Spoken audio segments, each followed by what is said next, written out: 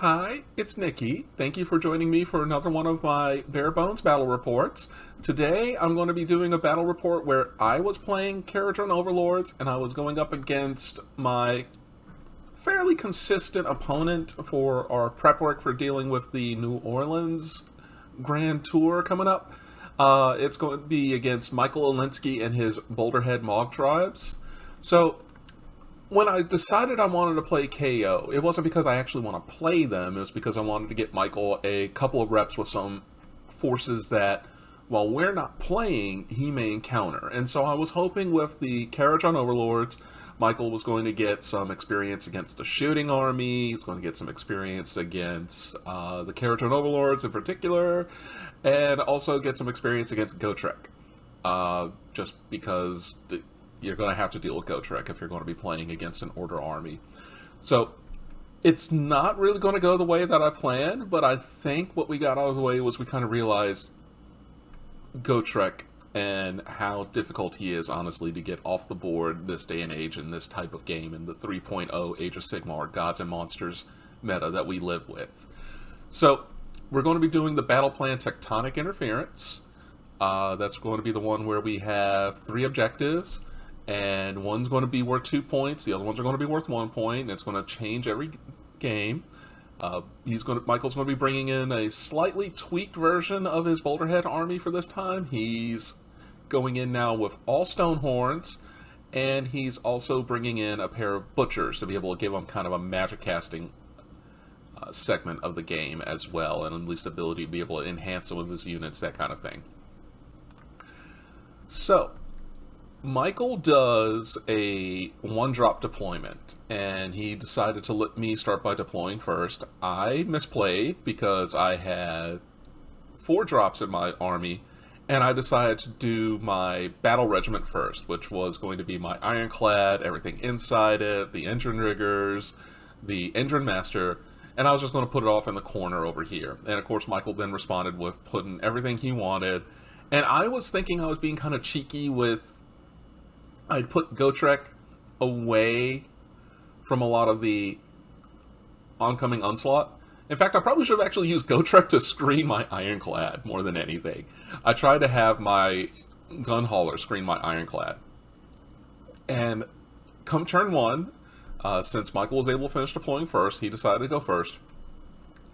I had a massive misplay because I left room open between the edge of the board and my gun hauler for his Frost Lord to charge my ironclad.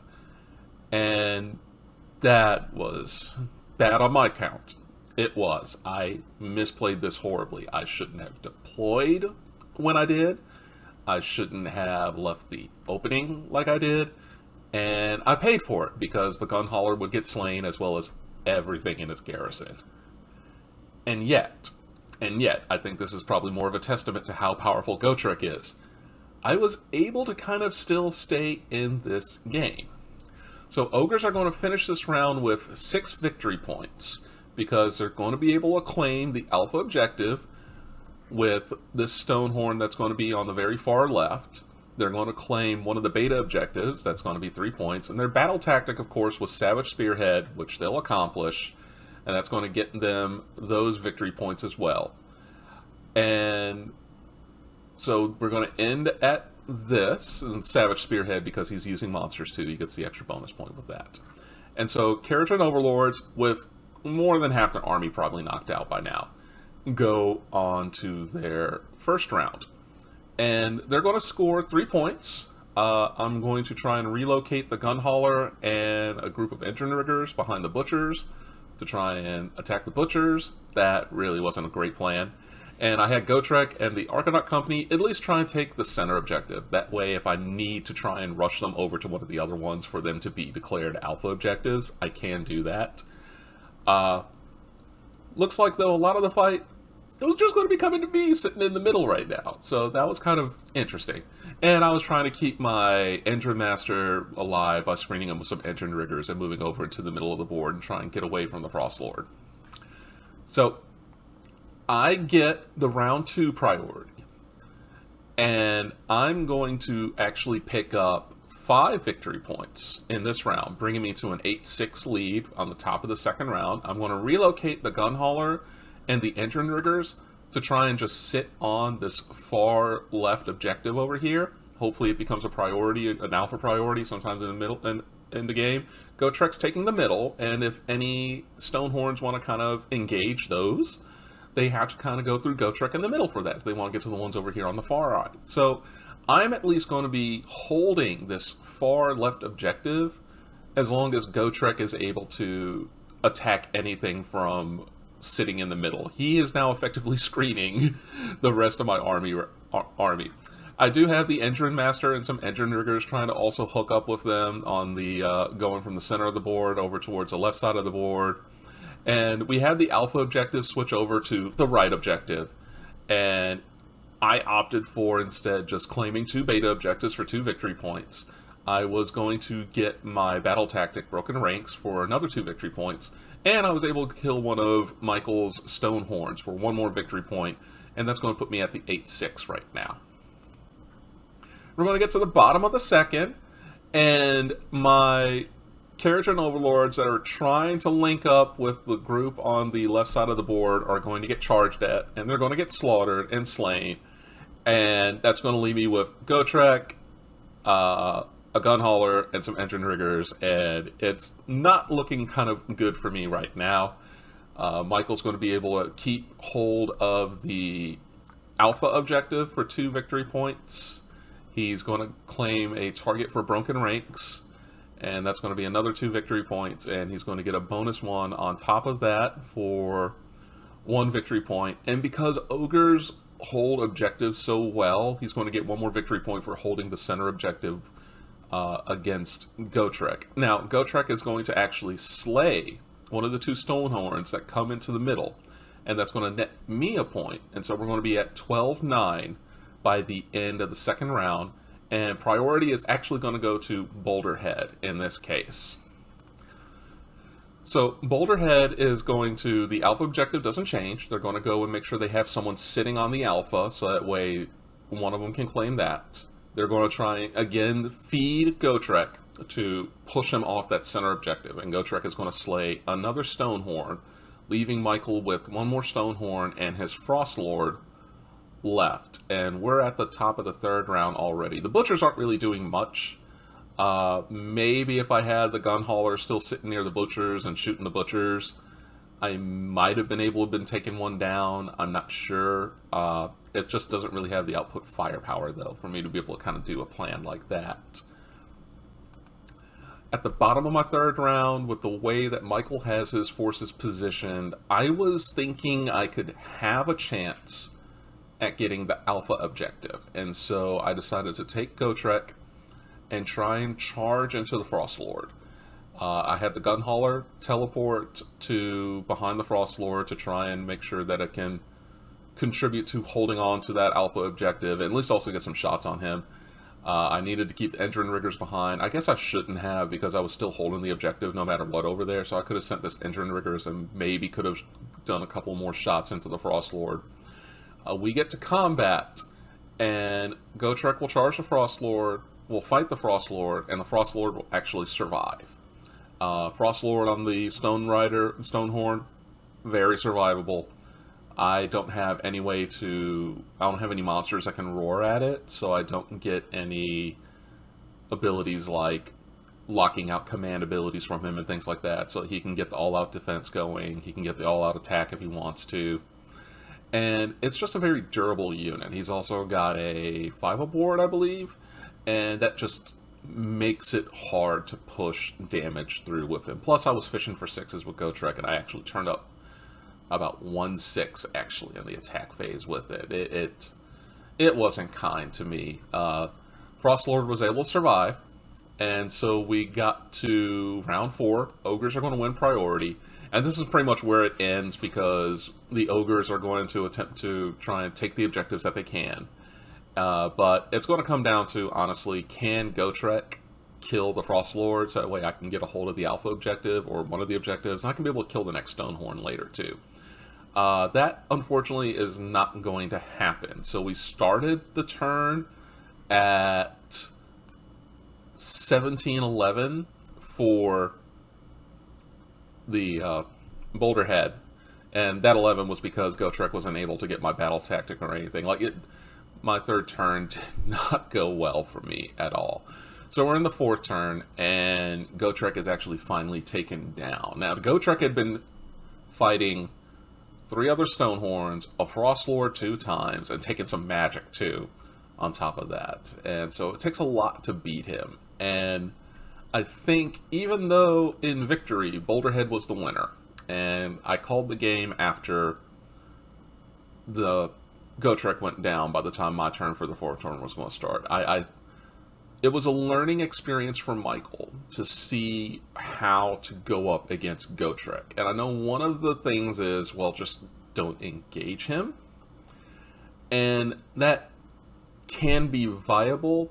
He probably should have positioned a lot more of his forces that they were just on the edge of 6 inches of objectives. That way, if I wanted to camp the middle, I'd have to cross from the middle to 6 inches outside, on the outside of one of the other 2 objectives.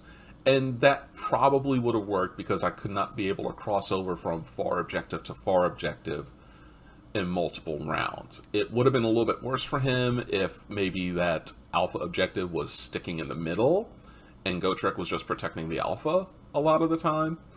I had a little bit of bad luck, and of course that massive misplay on deploying the Ironclad really hurt me.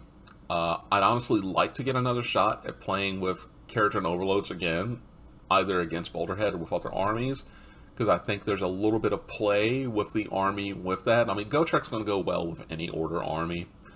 Boulderhead is a unique opponent because of how much damage they do in the charge phase. So that's going to limit a little bit of the ability for Kharadron to do everything like fly high and whatnot, because they also get such a good movement range. They get a good move, they get a good charge, and they can cross the board pretty quickly.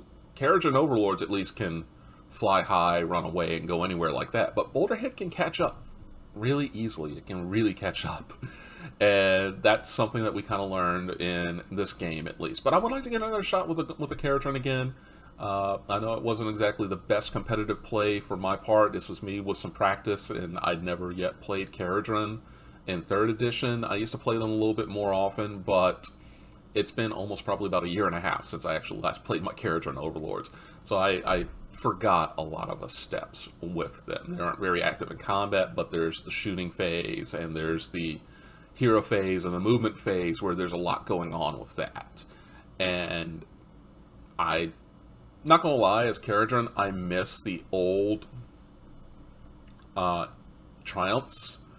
Those old triumphs would have been a lot more helpful. They're not quite as useful now with the 3 new ones. I mean, you get the +1 to wound one, but you know, you kind of see it's like, man, you only wish there was a triumph that gave +1 to hit, so that way when you're doing Unleash Hell, instead of getting the -1 to hit, you can have a +1 to hit triumph to go off with it, and then all of a sudden you're at no minuses, and you got a really good Unleash Hell coming at someone with that. But that's not the way the game works right now at the moment, so we'll see whether or not what happens with KO in Book 3. Anyway, not that long of a battle report, but I think there's at least a couple of lessons to take away from it. Again, Ogre Mawtribes are, at least, they do some things really well, and if you build them right, you can have a Mawtribe that can do damage in the hero phase, in the charge phase, and in the combat phase, and a little bit in the shooting phase too, if you're going to go throw some vultures or something around. And I was telling Michael at least that one of the things that's always a problem with Morathi, right, is that she caps out per phase. Mawtribes at least can hit over 4 phases, and that's an advantage they have that not a lot of other armies have that kind of advantage. And this isn't specifically for like our Mawtribes, the tech to beat Morathi, but having that ability to damage that many times on your turn is kind of amazing. And the Frostlord on the Stonehorn, super resilient. KO, I think they have a bit of play. I think Gotrek is going to do a great thing for them, and that it's going to help make sure to lock down objectives where things can get bogged down on the board and allow them to fly high a bit better. I could not get a good sense of that in this game. I did a bad play on an Unleash Hell in round 1, too. I misplayed badly this game, but I think what was so interesting to watch that with this, though, is that with Gotrek alive, I was still in the game. And that was amazing, honestly, to see. It took Gotrek going down. It took Gotrek not killing a model when he needed to. But it was amazing to see that I had that kind of play still after losing an Ironclad with everything I had in it. Because I had Thunderers, I had a Navigator, I lost the Ironclad. And that's a lot of things to have lost at that point in the game, just turn 1, and that would have just taken anyone out. And yet, I was still in it for that time. Anyway, that's going to be it for this battle report. Thank you so much. I'm Nikki Ducote, and thank you to my patrons, Lynette Mahira and Evelyn Ducote. Everyone have a good day!